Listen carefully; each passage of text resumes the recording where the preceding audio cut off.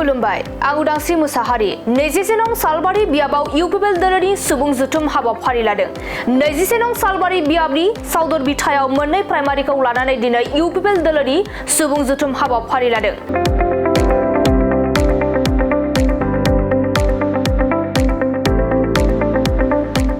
रुपापुलि primary आरो रामसाथारि primary बे मोननै प्राइमारिखौ लानानै दिनै इउपिपिएल दलनि बे सुबुं जुथुम हाबाफारिया जानानै थाङो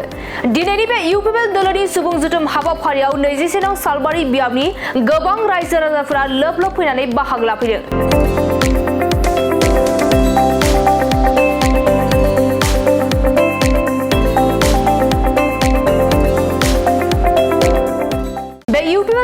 सुबुं जुथुम हाबाफारियाव प्रमोद बर' बिथांजों लोगोसे फैलाजे बरगियारि सालबारि बियाब इउपिपिएल दलनि बिजाथि जय मुसाहारि आरो गोबां दैदेनगिरिफोरजों लोगोसे गोबां रायजो राजाफोरा बाहागो लादों प्रमोद बर' बिथाङा बे सुबुं जुथुम हाबाफारियाव बाहागो लानानै सालबारि बियाबाव जय मुसाहारिया गोबां भट लानानै देरहासार जागोन बेवहाय जेबो सन्देह खालामनांगौ गैया होनना रोखा बाथ्रा बुंथिदों बिथां प्रमोद बर'आ दानिया फैदों बिथां प्रमोद बर'नि आबुं बाथ्राखौ जों खोनासंना लानि আজি আমাৰ খালবাৰীত रामसातारी और रूपापुली दुईटा ভিচি डिस्ट्रिक्ट लय এটা নিৰ্বাচনী সভা ইয়াত আয়োজন হৈছে আৰু মই এই সভাত অংশগ্ৰহণ কৰিছোঁ খালবাৰী সমষ্টিৰ সকলো ৰাইজক মই ধন্যবাদ জনাইছোঁ যে নিৰ্বাচনৰ 2-3 মাহ আগতে আমাক ফলাফল দি দিছে যে খালবাৰীত এইটা ইউপিপিএলৰ প্ৰাৰ্থীৰ বাহিৰে বেলেগে নিজিকে এই কথাটো আজিৰ পৰা 2-3 মাহ আগতে খালবাৰী বাকী ৰাইজে আমাক জনাই দিছে আৰু আজি মই আহি দেখিলোঁ যে দুটা ভিচি ডিস্ট্ৰিক্ট লৈ মিটিং কৰিছে ইয়াত হাজাৰ হাজাৰ লোক ওলাই আহিছে আৰু ইয়াত কোবা বড়ো জনগোষ্ঠী বা এটা জনগোষ্ঠী নহয় সকলো জনগোষ্ঠীৰ লোক ওলাই আহিছে ইউপিপিএল মডেলৰ ৰাজনীতিটো 2020 চনত আমি কৈছিলোঁ যে ইয়াত কোনো জাতি ভেদাভেদ ধৰ্ম ভেদাভেদ ভাষাৰ আধাৰত কোনো ভেদাভেদ এটা ৰাজনীতি নহ'ব ইয়াত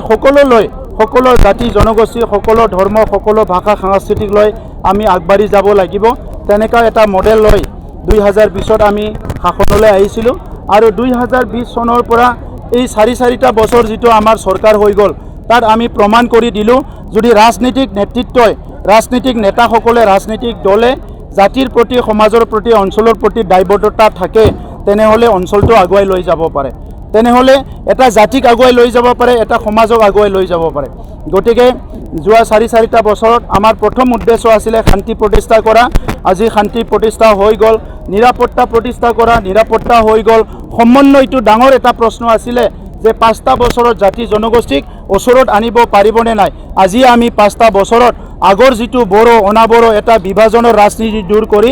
100% আজি সমন্বয় কৰাত আমি সফল হলো অনাগত দিনত উন্নয়নৰ কাম কৰিব লাগিব উন্নয়নৰ নামত যেটো মানে 17 বছৰত দুৰ্নীতিৰ পাহাৰ গৰিছিলে বিপিএফ আৰু হাগ্ৰামা মহিলাৰী উন্নয়নৰ নামত যিমানখিনি ৰাইজৰ টকা আহিছিলে এই টকাবিলাক ঘটিছিলে হাগ্ৰামা মহিলাৰে আৰু বিপিএফে আজি আপোনালোকে দেখিবলৈ পাইছে যে তেখেতসকলৰ দিনত কেনেকা ধৰণৰ কেলেংকাৰী হৈছিল 2900 কোটি টকাৰ তেখেতসকলে লাইবিলিটি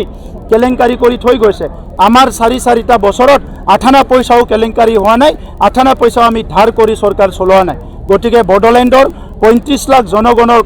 লক্ষ্য ৰাখি 26টা জনগোষ্ঠীক লক্ষ্য ৰাখি আমি চৰকাৰ চলাইছিলোঁ আৰু ইউপিপিএল মডেলৰ ৰাজনীতিক বড়োলেণ্ডক শান্তি প্ৰতিষ্ঠা কৰা আগুৱাই নিয়াৰ কাৰণে আমি কাম কৰিম 26টা জনগোষ্ঠী নিজৰ আত্মা সন্মান লৈ ভাষা সংস্কৃতি লৈ জীয়াই থাকিব পাৰে ইয়াৰ কাৰণে ইউপিপিএলে সদায় দায়িত্ব ল'ম আৰু দায়িত্ব লৈ কাম কৰি যাম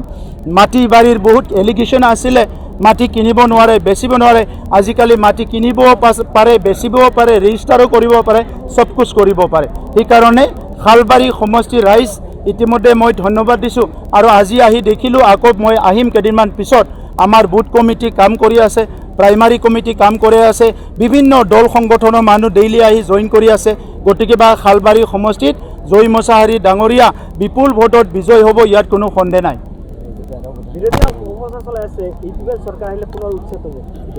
আপোনালোকে ক'ব লাগিব 5 বছৰত উচ্ছেদ হৈছে না নহৈছে তো ইউপিপিএলে কোনো অশান্তি কৰাৰ আমাৰ টাৰ্গেট নাই কোনো হিংসা কৰাৰ টাৰ্গেট নাই সকলো জাতি জনগোষ্ঠীক এটা নিৰাপদ এটা পৰিৱেশ গঢ়ি নিৰাপত্তা দি আগুৱাই লৈ যোৱাটো আমাৰ টাৰ্গেট গতিকে আজিৰ সময়ত না উচ্ছেদ না হিংসা কোনো ধৰণৰ তেনেকা পৰিৱেশ ইউপিপিএল দলে চিন্তা কৰা নাই আৰু আগলৈ নকৰে থ্যাংক ইউ তো ইউপিপিএলে কোনো অশান্তি কৰাৰ আমাৰ টাৰ্গেট নাই কোনো হিংসা কৰাৰ টাৰ্গেট নাই সকলো জাতি জনগোষ্ঠীক এটা নিৰাপদ এটা পৰিৱেশ গঢ়ি নিৰাপত্তা দি আগুৱাই লৈ যোৱাটো আমাৰ টাৰ্গেট গতিকে আজিৰ সময়ত না উচ্ছেদ না হিংসা কোনো ধৰণৰ তেনেকুৱা পৰিৱেশ UPPL দলে চিন্তা কৰা নাই আৰু আগলৈও নকৰে থ্যাংক ইউ হাগ্ৰামা মহিলাৰে কৈছে আপুনি UPPL শেষ হ'ব আৰু আপুনি ছুইজাৰলেণ্ডলৈ গুচি যাব ছুইজাৰলেণ্ড ইয়াতে বনাব বিচাৰিছোঁ তাতে যোৱা নহয় হাগ্ৰামা মহিলাৰী দুটা জন্ম পাব লাগিব তেতিয়াহে বুজি পাব যে মই কি ছুইজাৰলেণ্ডৰ কথা কৈছোঁ